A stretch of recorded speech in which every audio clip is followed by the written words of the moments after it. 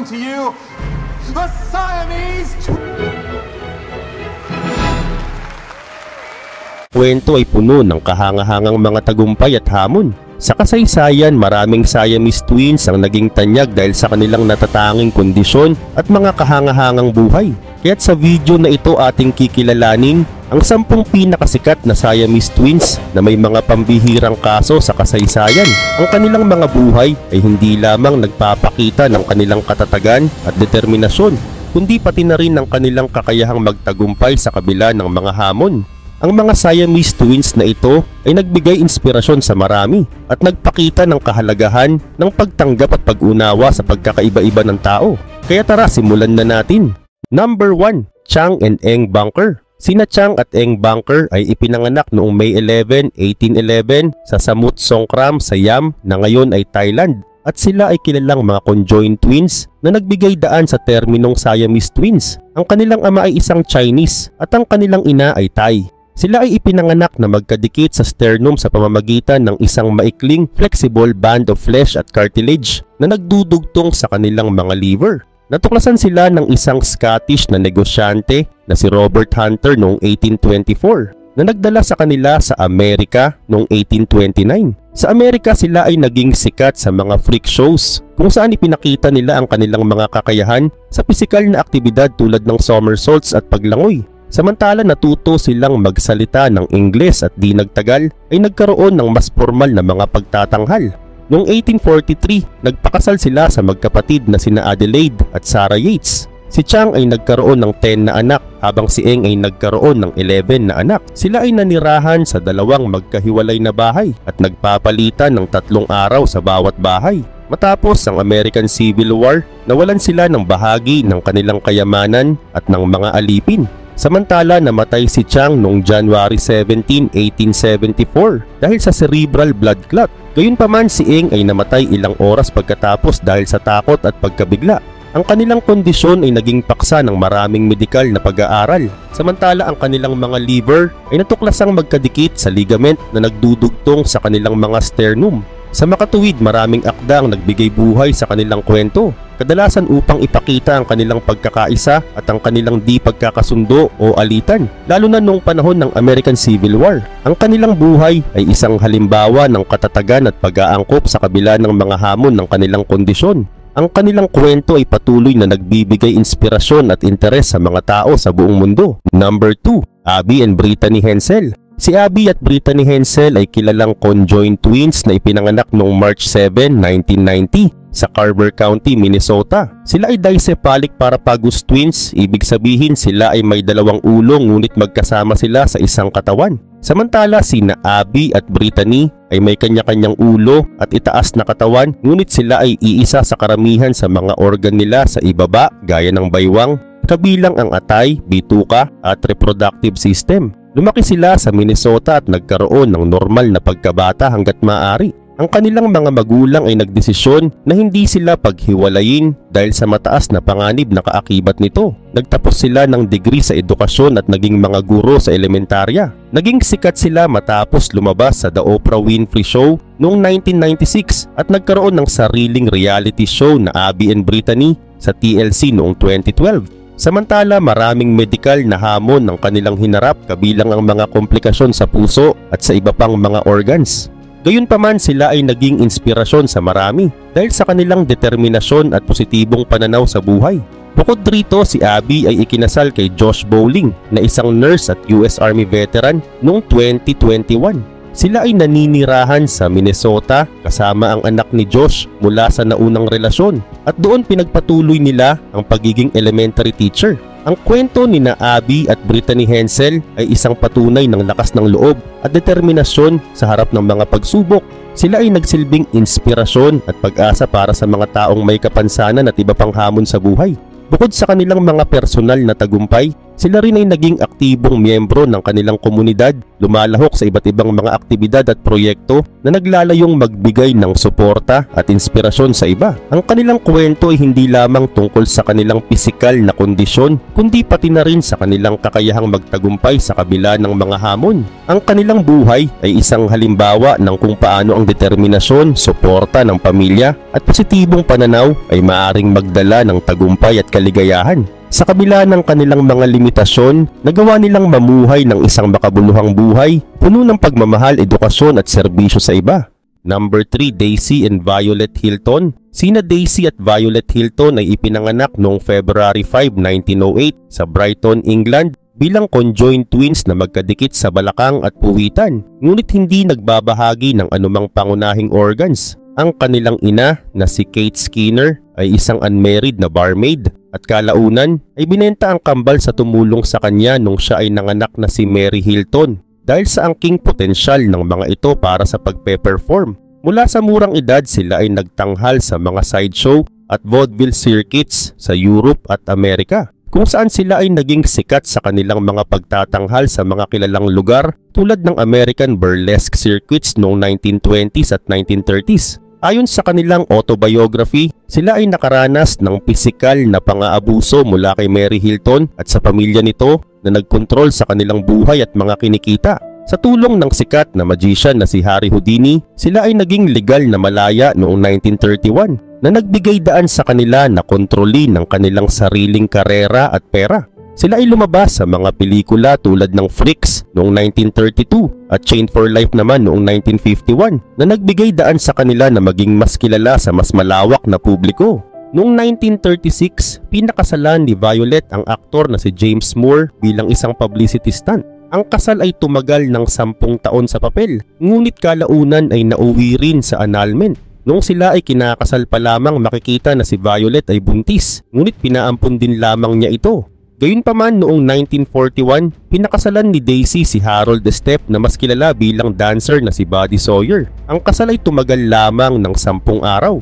Samantala noong 1961 ay ang kanilang huling pagtatanghal dahil bigla na lamang silang iniwan ng kanilang manager na walang iniwan kahit na ano para sa kanila, kung kaya't sila ay nagtrabaho sa isang lokal na tindahan sa Charlotte, North Carolina. Noong 1969, namatay si Daisy dahil sa sakit na Hong Kong flu at ilang mga araw lamang pagkatapos ay namatay din si Violet habang nakakabit pa rin sa katawan ng kanyang kapatid.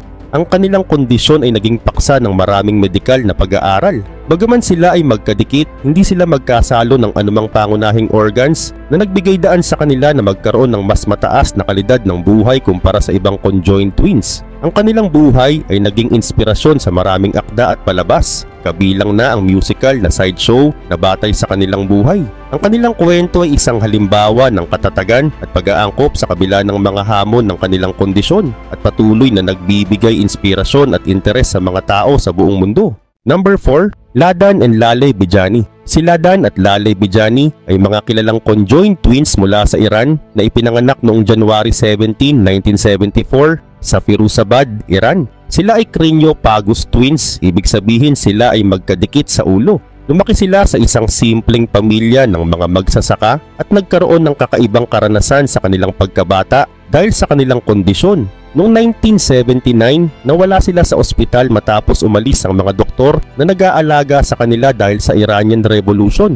Natagpuan sila ng kanilang mga magulang makalipas ang ilang taon sa Karaj, malapit sa Tehran, kung saan sila inampon ni Ali Reza Safayan. Sila ay nag-aral ng law sa University of Tehran. Si Ladan ay nagnanais maging abogado, habang si Laleh ay gustong maging journalist. Sa kabila ng kanilang magkaibang pangarap, nagdesisyon silang sundin ang landas ni Ladan at nagtapos ng kursong abogasya.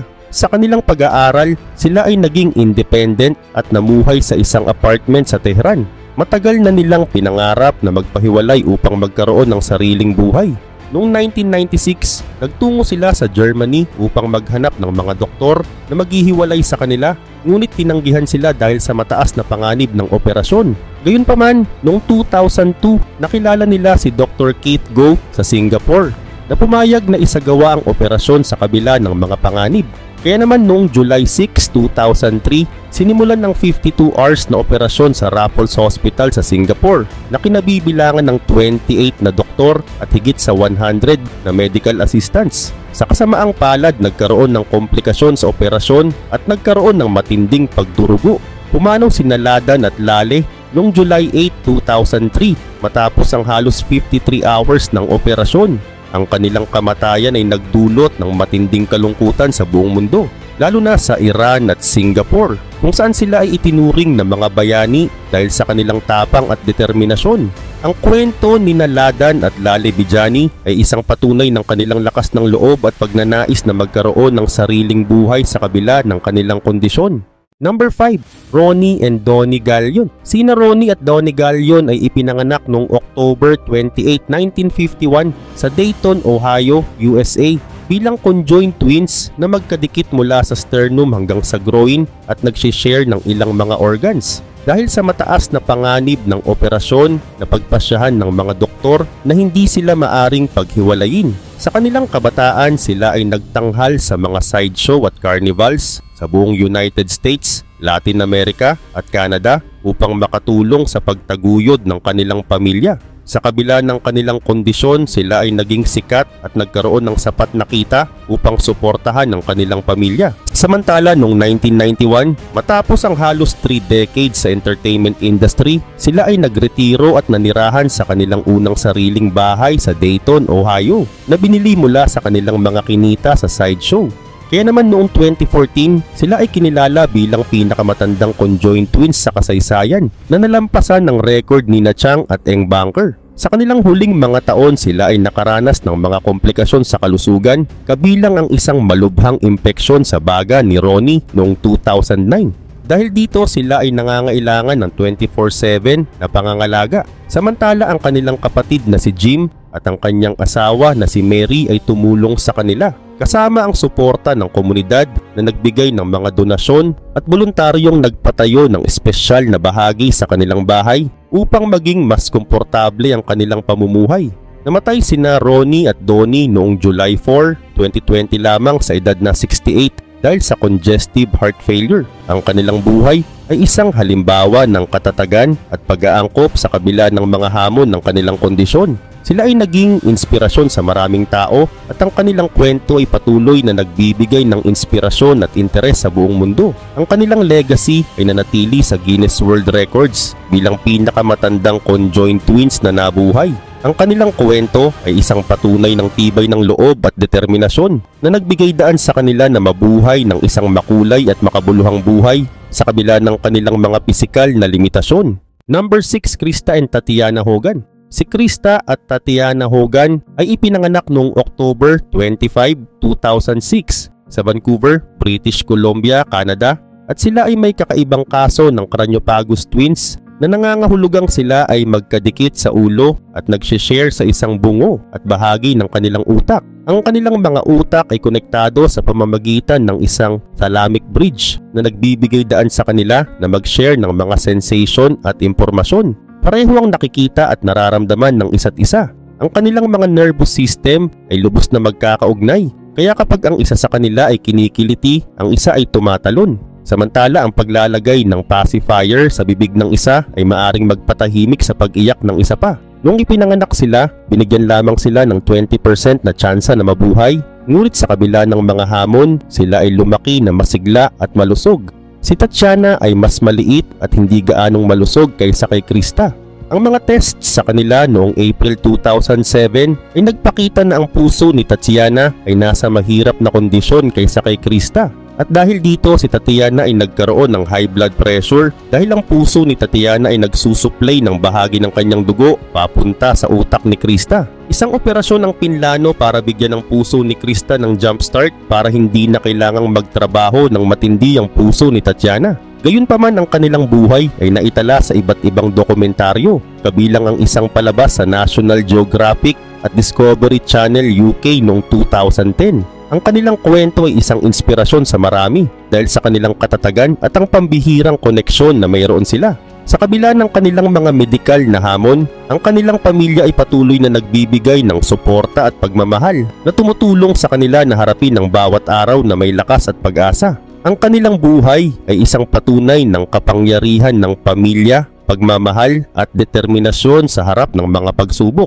Number 7, Lori and George Chappelle. Si Lori at George Chappelle ay mga kilalang conjoined twins na ipinanganak noong September 18, 1961 sa West Reading, Pennsylvania, USA. Sila ay craniopagus twins, ibig sabihin sila ay magkadikit sa ulo. Ang kanilang mga bungo ay bahagyang magkadikit at nagbabahagi sila ng ilang mga daluyan ng dugo at 30% ng kanilang mga utak. Sa kabila ng kanilang kondisyon, nagkaroon sila ng magkakaibang mga personalidad at pamumuhay. Si Lori ay nakapaglakad, habang si George na dating kilala bilang Dory ay hindi makalakad dahil sa spina bifida. Si Lori ay nagtapos ng kolehiyo at nagtatrabaho sa isang ospital, habang si George ay naging isang professional na country singer na nagtatanghal sa iba't ibang lugar sa United States at sa ibang bansa. Noong 2007, si George ay naging trans man at naging unang conjoined twin na nag-identify bilang ibang kasarian mula sa kanyang kapatid. Sa kanilang kabataan, sila ay nanirahan sa isang mentally disabled institution sa loob ng 24 years. Noong 1988, nagsimula silang mamuhay ng mag-isa sa isang high-rise apartment para sa mga matatanda sa Reading, Pennsylvania. Sa kabila ng kanilang pisikal na pagkakadikit, nagawa nilang magkaroon ng mga private spaces at pamumuhay. Si Lori ay isang trophy-winning bowler. Nagkaroon ng maraming kasintahan si Lori at kalaunan ay na-engage din si Lori, ngunit namatay ang kanyang kasintahan matapos maaksidente. Samantala, ipinagdiwang nila ang kanilang 50th birthday sa pamamagitan ng pag-travel papunta sa London. Gayunpaman, si Lori and George Chappelle ay namatay sa University of Pennsylvania Hospital noong April 7, 2024 sa edad na 62. Ang sanhi ng kanilang kamatayan ay hindi na isiniwalat sa publiko. Ang kanilang kwento ay hindi lamang tungkol sa kanilang pisikal na kondisyon kundi pati na rin sa kanilang kakayahang magtagumpay sa kabila ng mga hamon. Sa kabila ng kanilang mga limitasyon, nagawa nilang mamuhay ng isang makabuluhang buhay, puno ng pagmamahal, edukasyon at serbisyo sa iba. Number 8, Maria and Teresa Tapia. Sina Maria at Teresa Tapia ay ipinanganak noong April 8, 2010 sa Dominican Republic bilang conjoined twins na magkadikit sa ibabang bahagi ng dibdib at tiyan. Sila ay classified bilang omphalophagus twins na nagsishare ng iisang atay, pancreas at isang bahagi ng maliit na bituka. Dahil sa kanilang kondisyon, ang 88% ng daloy ng kanilang dugo mula sa atay ay napupunta kay Teresa na nagresulta sa pagiging mas maliit ni Maria dahil sa kakulangan ng nutrisyon. Samantala, ang Dominican Republic ay walang sapat na medical equipment para sa kanilang paghihiwalay. Kaya't ang World Pediatric Project na isang non-profit na organisasyon ay tumulong upang madala sila sa United States para sa operasyon. Noong November 7, 2011, sa Children's Hospital of Richmond sa Virginia Commonwealth University, isang team ng 45 surgeons ang nagsagawa ng halos 29 hours na operasyon upang paghiwalayin ang kambal. Ang proseso ng kanilang operasyon ay nagsimula ng 6 ng umaga at sinimulan ito sa paghahati ng atay, pancreas at iba pang mga organs na magkasama, pati na rin ang muling pagtatayo ng kanilang mga abdominal wall.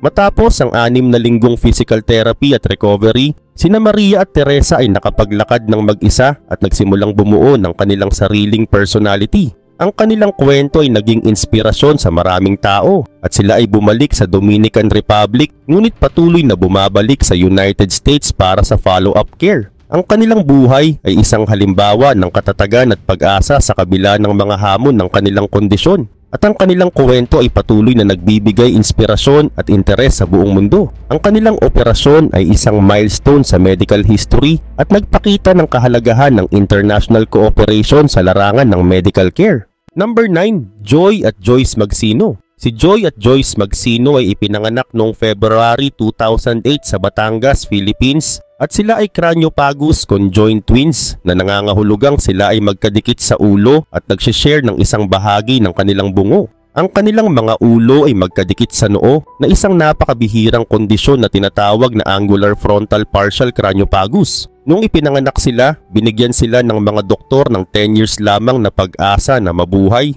Ngunit sa kabila ng mga hamon, sila ay lumaki na masigla at malusog at ngayon sila ay 16 years old na. Ang kanilang mga bungo ay magkadikit sa noo na nagdudulot ng mga hamon sa kanilang pang-araw-araw na buhay at kalusugan.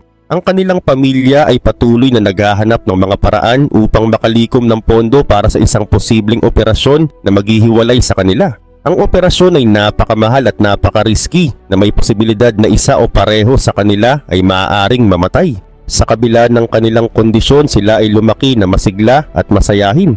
Ang kanilang ina na si Jo Marie ay nagtrabaho sa ibang bansa upang makalikom ng sapat na pera para sa kanilang mga medical necessity. Samantala ang kambal ay aktibo sa social media, partikular na sa TikTok kung saan sila ay nagbabahagi ng mga video kasama ang kanilang mga kapatid at kaibigan. Sila ay may higit sa 200,000 followers at patuloy na nagiging inspirasyon sa marami dahil sa kanilang katatagan at positibong pananaw sa buhay. Sa kabila ng kanilang kondisyon, sila ay nagtapos ng elementarya sa Lucena East Elementary School na may mga karangalan. Gayunpaman ang kanilang kalusugan ay patuloy na binabantayan at ang kanilang pamilya ay patuloy na naghahanap ng mga paraan upang mapabuti ang kanilang kalagayan.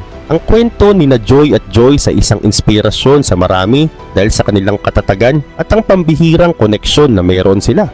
Sa kabila ng kanilang mga medikal na hamon, ang kanilang pamilya ay patuloy na nagbibigay ng suporta at pagmamahal na tumutulong sa kanila na harapin ang bawat araw na may lakas at pag-asa. Number 10. Arthur and Heitor Rocha. Si Arthur at Heitor Rocha ay mga kilalang conjoined twins mula sa Bahia, Brazil na ipinanganak na magkadikit ang tiyan. Sila ay magka-share ng bladder, bituka at liver, pati na rin ng mga genitals. Ang kanilang mga magulang na sina Eliane at Delson Rocha ay nagdesisyon na ipasailalim sila sa isang operasyon upang paghiwalayin sila at bigyan sila ng mas magandang kalidad ng buhay. Ang operasyon ay isinagawa sa Children's Maternity Hospital sa Goiânia, Brazil at tumagal ng 18 hours. Sa kasamaang palad, 2 araw matapos ang operasyon, si Arthur ay nagkaroon ng lagnat at nagkaroon ng cardiac arrest na naging sanhi ng kanyang pagkamatay. Si Heitor naman ay matagumpay na nakarecover mula sa operasyon at patuloy na lumalakas